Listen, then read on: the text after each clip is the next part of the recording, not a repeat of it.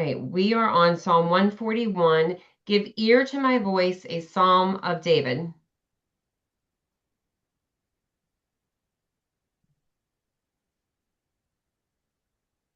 You're muted. There you go. Hi, Parker.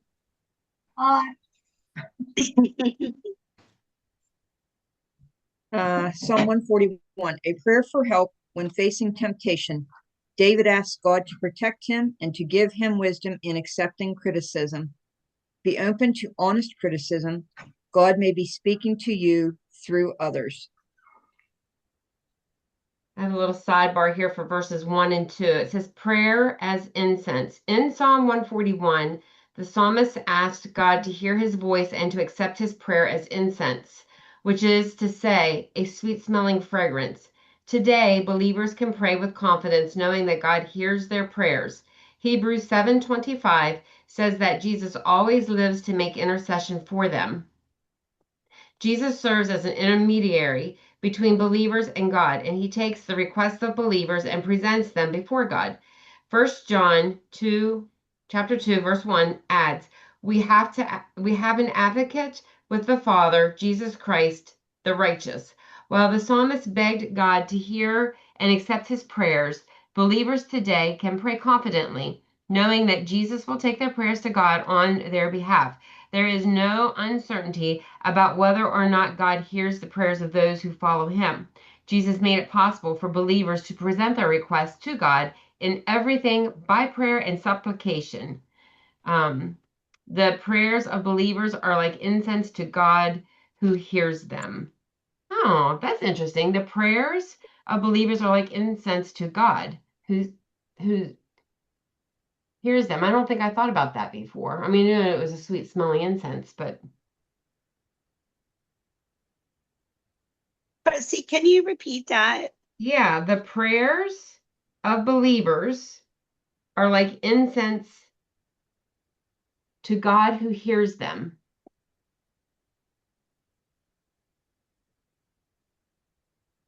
Kim, can you read today?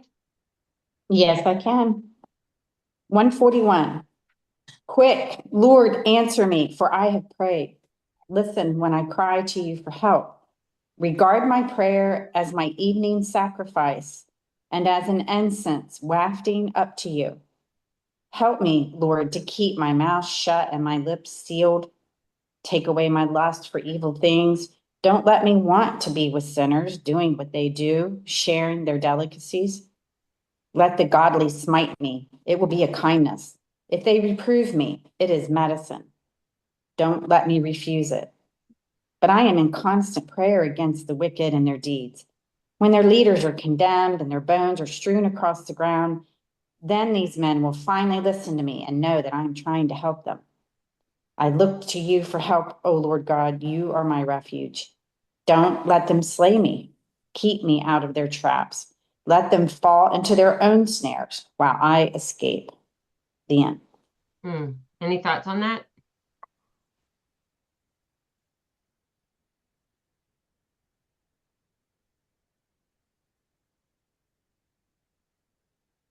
Well, it kind of switches from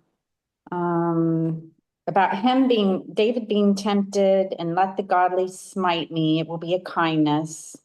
If they reprove me, it is medicine. Don't let me refuse it. Then in the middle of verse 5, it switches to I am in constant prayer against the wicked and their deeds. When the leaders are condemned and their bones are strewn across the ground, these men will finally listen to me. So, or actually, I guess in verse 6, it switches from him being tempted and let the godly, let him accept criticism from the godly to correct his sin and reduce his temptation. But then in 6, it's why don't these leaders listen to me? I'm trying to help them. So that I don't know. I like that verse 5 too, that like And I think that's true. When you know someone really loves you and cares about your well-being and is not judging you, but just really loves you, it is a kindness. I Um, have a Go ahead. I have a note here for verse 5. David says that being rebuked by a righteous person is a kindness. Nobody really likes criticism, but everybody can benefit from it when it is given wisely and taken humbly. Mm. David suggested how to accept criticism. 1, don't refuse it. 2, consider it a kindness. And 3, keep quiet, don't fight back. Putting these suggestions into practice will help you control how you react to criticism, making it productive rather than destructive, no matter how it is originally intended. I like how he said, given wisely and taken humbly.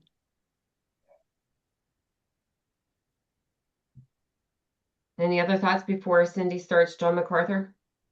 Well, I'm not, Kathy, I'm not sure how yours ended, that what you just read, what the last sentence was. Mine, I have something similar, but it says, putting these suggestions into practice will help you control how to react to criticism and how to make it productive rather than destructive, no matter how it was originally intended. No matter how it was originally intended. Oh, Yeah, oh, that would be good to learn. that's sometimes that's tough in the heat of the moment. I guess that's why we should just keep our mouth shut and just think on that for a little bit, you know. Even maybe it was said in anger or was intended to be hurtful, you know, there's truth in that sometimes. So, When I have a bad taste in my mouth sometimes when it comes to this, because I remember way back when my ex-husband and I split up and a preacher tried to counsel me. um I guess he thought he was doing right, but it didn't come across to me as being right. He didn't know me. He had just been new to the church a couple of weeks. I didn't know him. He didn't know me, but I was a bad person. He didn't know anything about my marriage. He didn't know anything. I did not take that well, and neither did Frank. And that put a very bad taste in Frank's mouth then, as far as the church goes.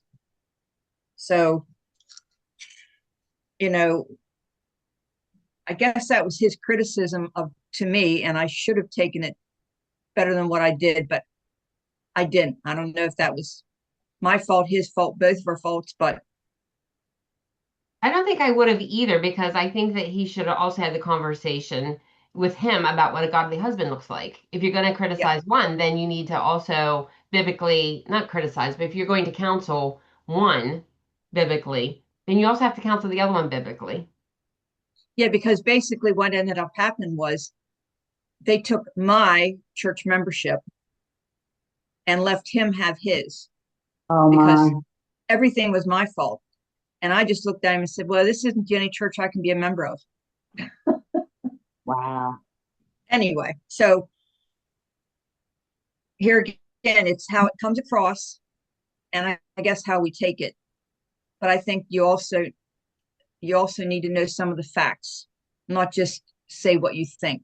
Well, and that's why sometimes I think it's the people who are closest to you because like you can see something from afar and think you have a perspective, but you don't have all the facts, where someone who's close to you would have more information. Mm-hmm.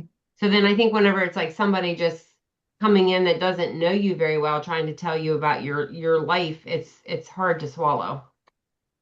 Yeah. This is interesting. Um, Perspective on verse 4. Evil acts begin with evil desires. It isn't enough to ask God to keep you away from temptation, make you stronger, or change your circumstances. You must ask Him to change your desires. Mm. It's true. Yeah, I was gonna say, I think James says that about how like your evil desires come from within you, or sin comes from within you. Getting back to criticism, not all criticism is righteous. Mm. You just can't say accept criticism, and move on. Because there's people that are going to criticize you that, one, don't know you, two, maybe they're doing it to get at you. So you have to, Or be able three, to, or three, they're doing it so they can feel better about themselves. yes, yes. So, you have to take that criticism as to who gave it and why. With wisdom. Yes, discernment.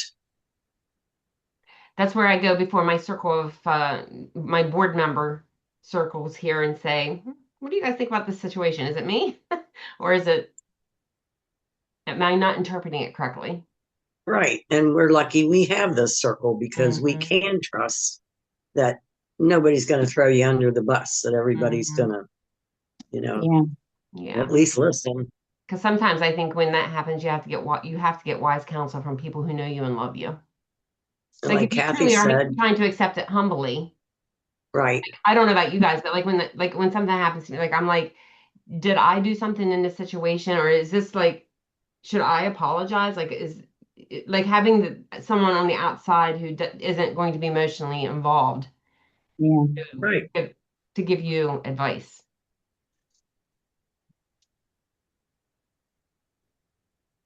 All right, Cindy.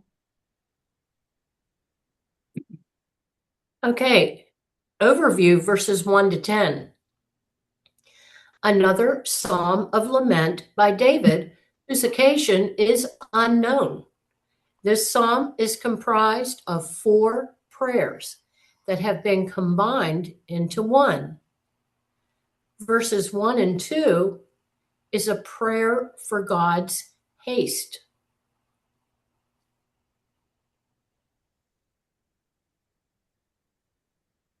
Verses 3 to 5 is a prayer for personal righteousness. 3 to 5. Yes.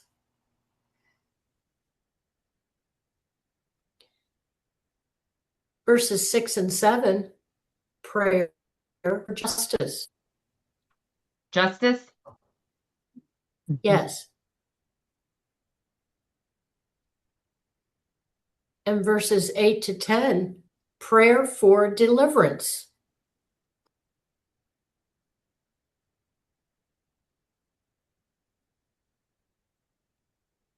Verse 2, incense, evening sacrifice.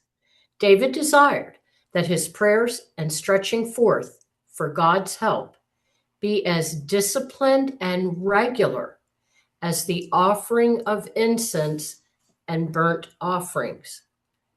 2 references, Exodus 30, verses 7 and 8, and Exodus 29, verse 38 and 39. And these were offered in the tabernacle. Verse 3 and 4, David prayed that God would protect him from the kind of evil that characterized his own enemy. Verse 5, David acknowledged, that God would use other righteous people to answer his prayer in verses 3 and 4. Verse 6, judges overthrown. That the leaders of the wicked would be punished by being thrown over a cliff. Reference Luke 4, verses 28 and 29. This is at the heart of David's prayer. My words, sweet. This is written in the sense that David's words were true. Verse 7, our bones. The basis on which the judges were thrown over the cliff is that they had first done this to the righteous. and verse 10 fall into their own nets, David prays that the wicked will be destroyed by their own devices.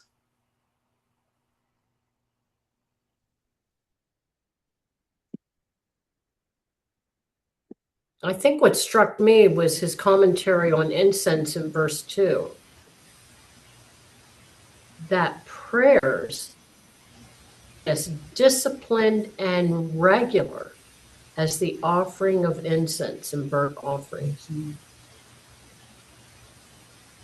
Say it again. Prayers as disciplined and Regular. regular. As the offering of incense, burnt offerings in the tabernacle. So burning incense, which is offering up a prayer, was to be disciplined and regular.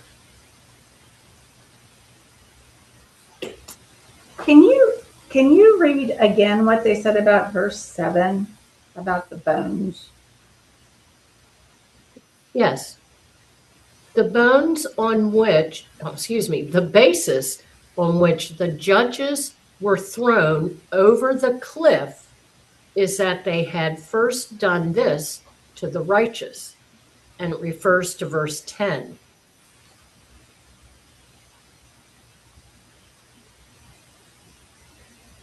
I'm not getting something. I don't know. Somebody explain that to me. So they scattered the bones of the righteous? The judges did it to the righteous first. And then this is their payback. Well, I'm thinking if they throw them off, if they literally throw them off the side of a cliff, their bones are going to be broken and strewn. But it's saying the bones of the righteous. It says, so our bones have been scattered. Not the Well, I wonder if it was punishment, Rita, because in verse 6 it says, when their judges, because he's right before saying he's praying continually against their evil deeds, when their judges are thrown over the cliff, then they shall hear my words, for they are pleasant, as when one plows and breaks the earth, so shall our bones be scattered at the mouth of Sheol.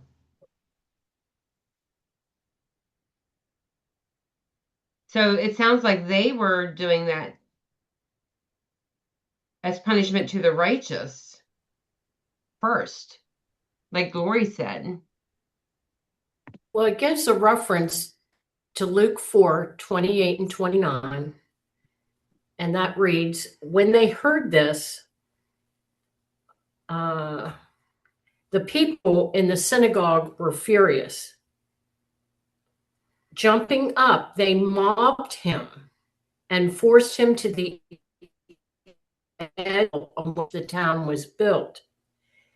They intended to push him over the cliff. And it looks, I'm trying to see. Oh, is that when he escaped supernaturally? Yes.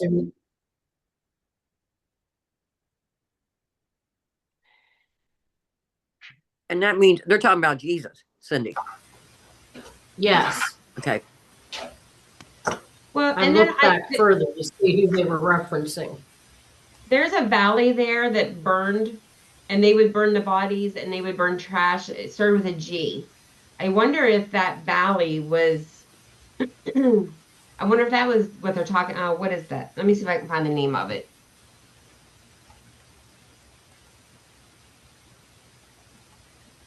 I'm wondering if that valley, like if that cliff was at that valley. So like Gennesaret, like they would push them in there and they would burn their bodies. In Israel.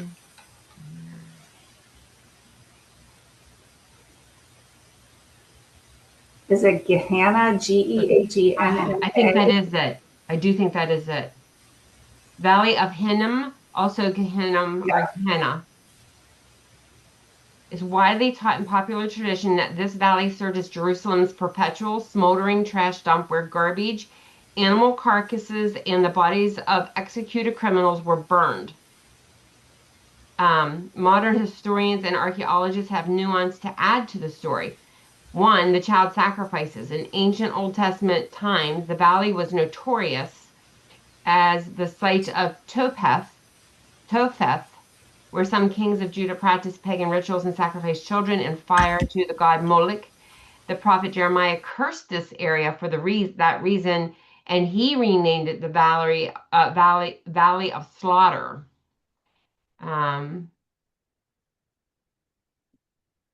Because the other thought was this Sheol, that mine used the word Sheol, because of its historical connection to horrific fiery sacrifices and later popularized by imagery of foul burning landfill, the Hebrew name Gehenna, the Hebrew name Gehenna evolved into the Greek word Gehenna. In the New Testament, Jesus used Gehenna as a vivid, real-world visual metaphor to describe the fiery concept of hell and final judgment.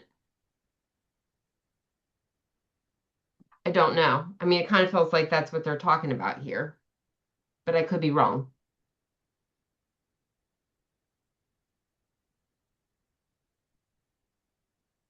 Any other thoughts?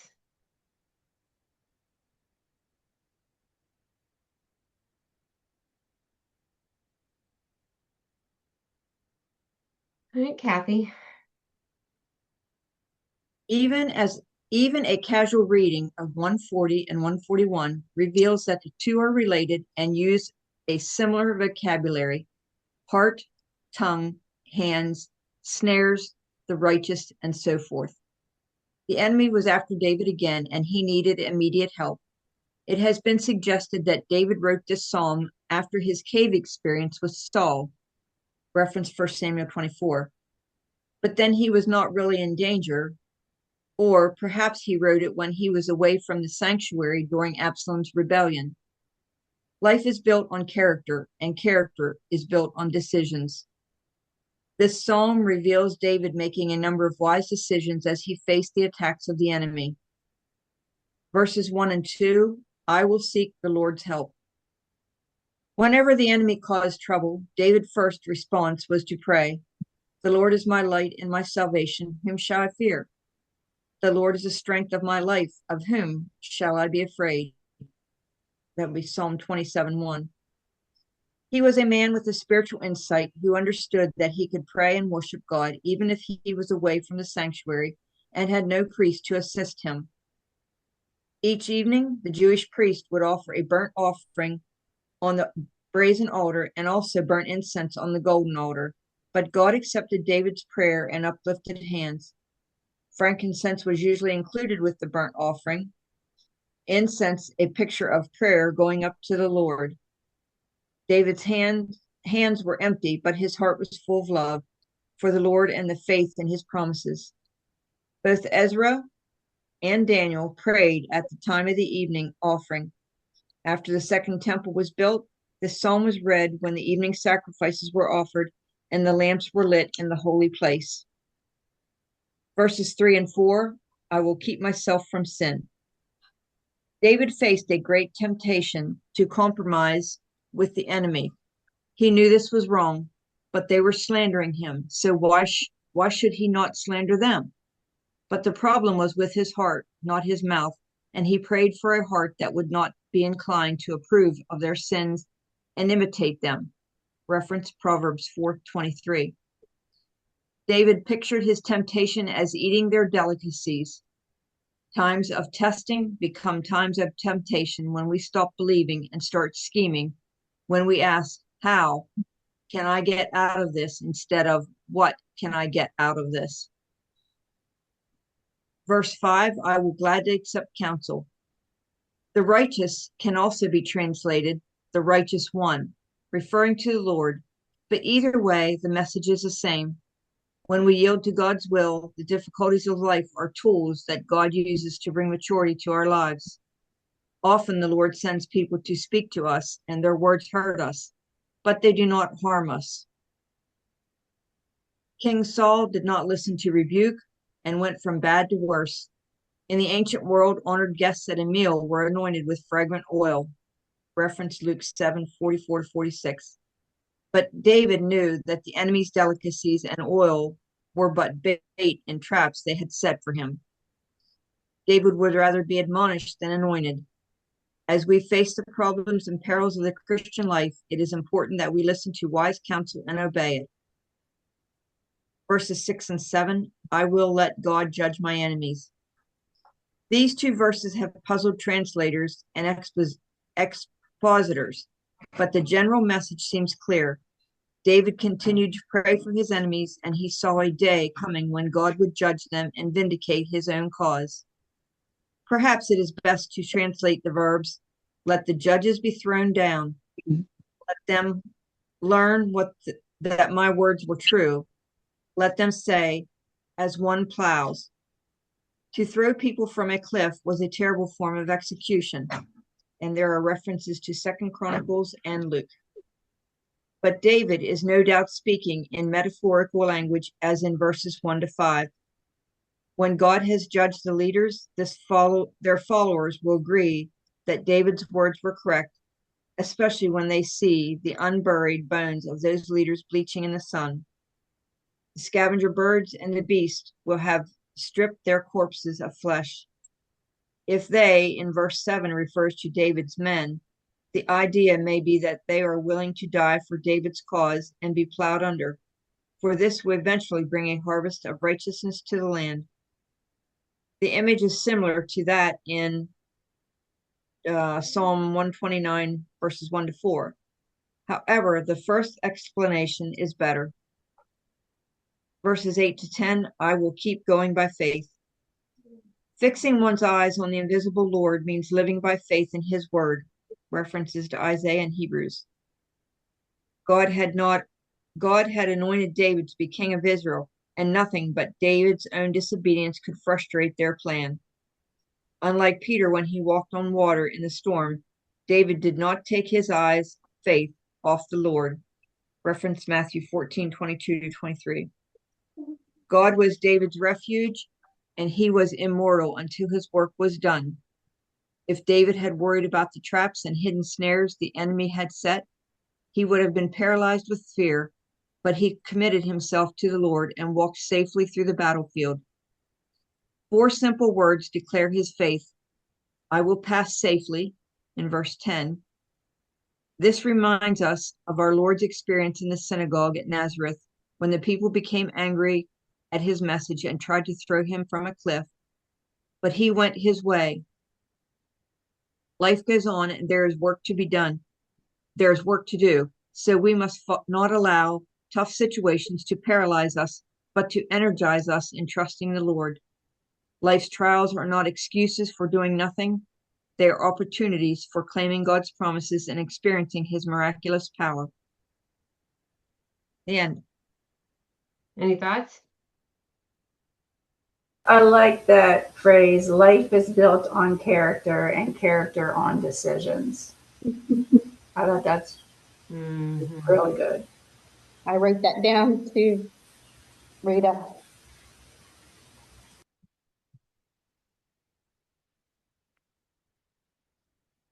I like what Kathy just read, that trials are opportunity.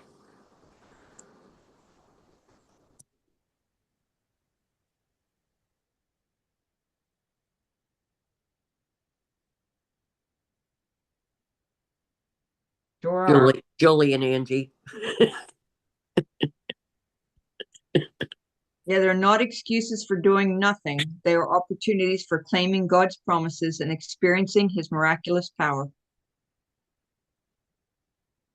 All right, Tony, verses 1 and 2. David petitions with urgency and desperation, asking God to hurry to his aid. He describes his prayer in terms of priestly sacrifices.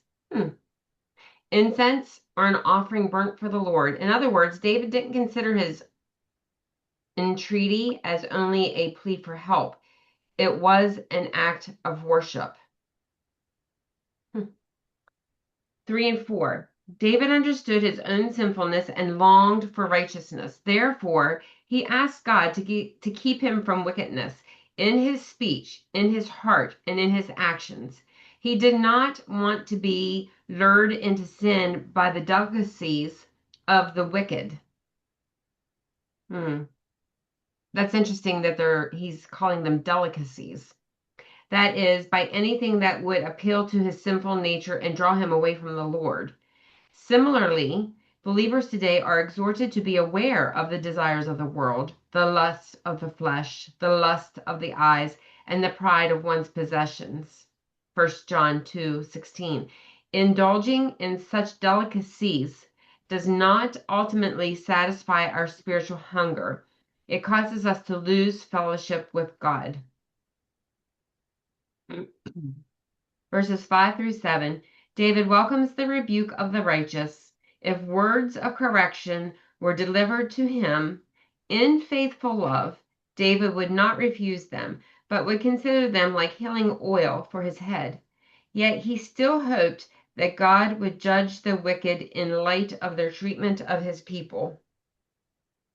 And then 8 through 10, David affirms that his focus is on the Lord. My eyes look to you. I seek refuge in you.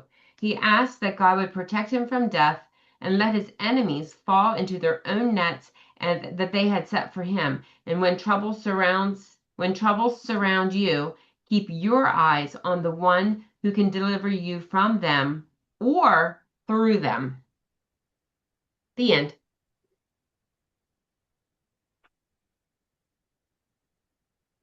Any thoughts?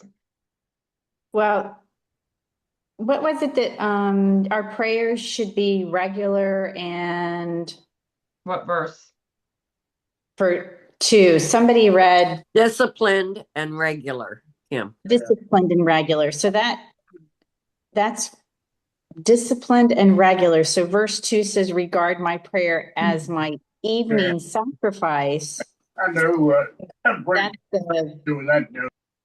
the discipline and regular. It is an evening sacrifice. So this is something he does regularly, and incense wafting up to you.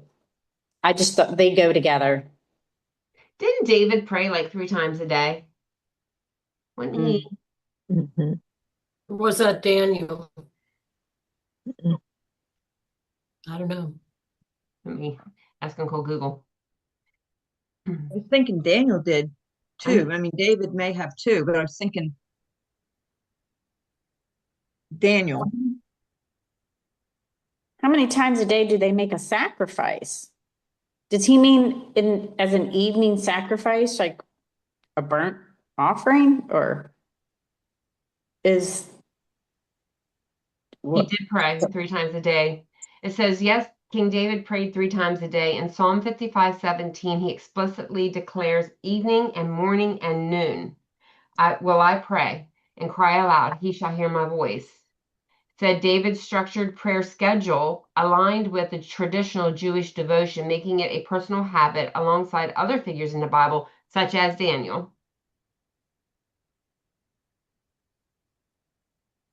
And then it says, in addition to praying 3 times a day, David was known for his intense dedication to praising God. And in Psalm 119, he states, 7 times a day do I praise thee. What did you ask him? As an evening sacrifice. What's that word sacrifice? What is that, like a burnt offering as sacrifice? Or is it behavior? Like, I will sacrifice this time.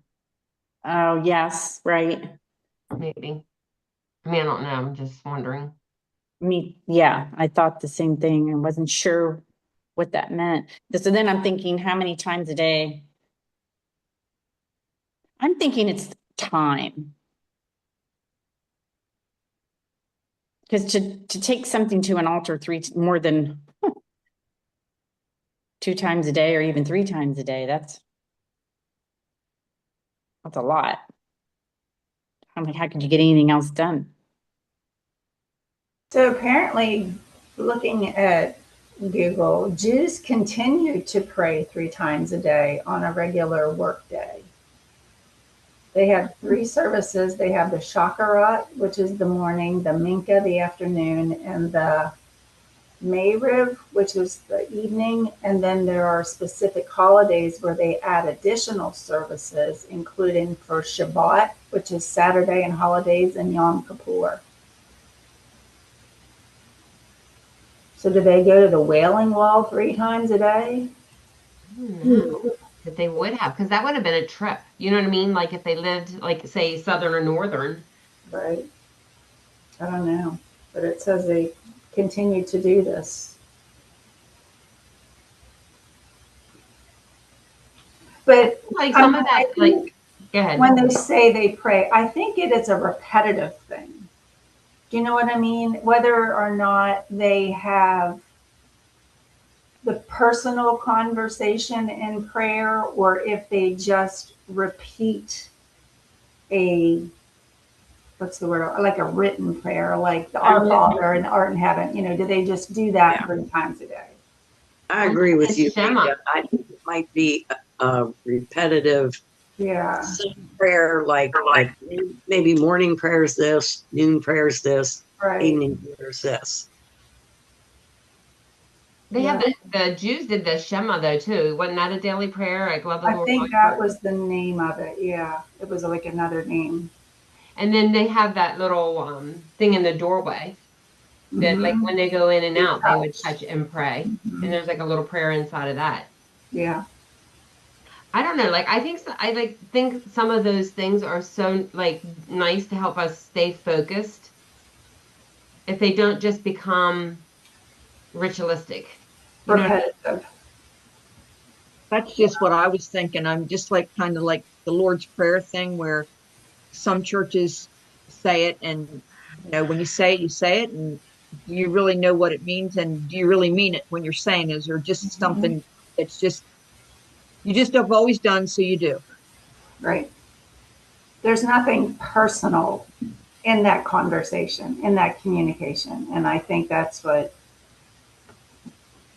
you have to have. If you, I mean, that's what the Episcopal services were when I was growing up. I mean, you didn't even need to take your Bible because everything was the same every week. They had communion every week. They did the same readings, the same every week. The only thing different was the 15-minute sermon. And I mean, it was 15 minutes because if it went over, people were complaining. So, I was just thinking that too, Rita, about communion. Like some people they're not reverent for communion because it's just a ritual to them. mhm, yeah.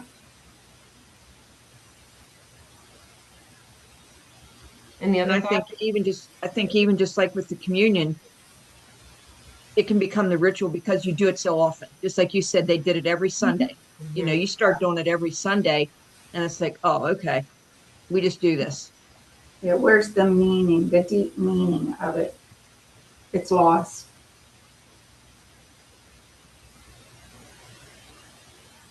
Any other thoughts? I think that's what made me so backwards in praying out loud, was because I felt like I should be quoting things, and it was to be, I don't even know what word, until I kept listening to Berkey Norman. People if they remember, his was just, you could just be in that conversation with him. It was almost like you could see him and Jesus sitting down together and just having a conversation. And there was nobody, I mean, he just prayed like nobody else was around, and it was just him and Christ. And it was the most moving prayers I think I've heard. And he was my example to learn how to just cancel everything else out and have a conversation. I was going to say you were a good student because your prayers are beautiful too. That's not me.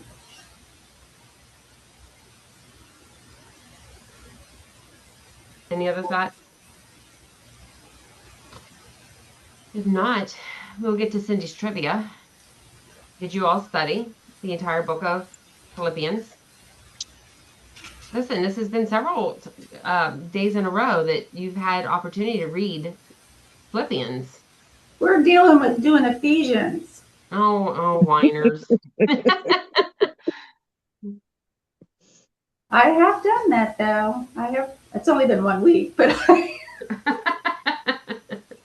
hopefully I can do it for the next 38.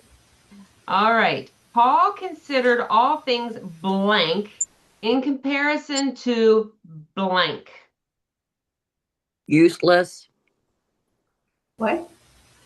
I'll accept Worthless. that. I'll accept Worthless. that. Yeah. Worthless. Worthless.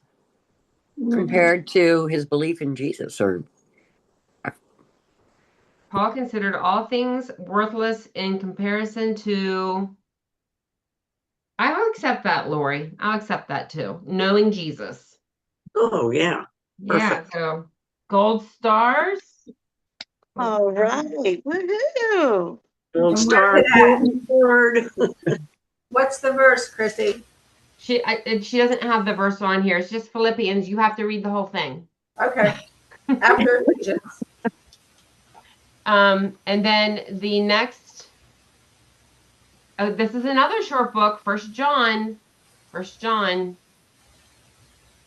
the next where the next question comes from. All right, ladies. Well, until tomorrow, Christ is King. He is Indeed. Chrissy, can you stay on for 1 second, please? Yes.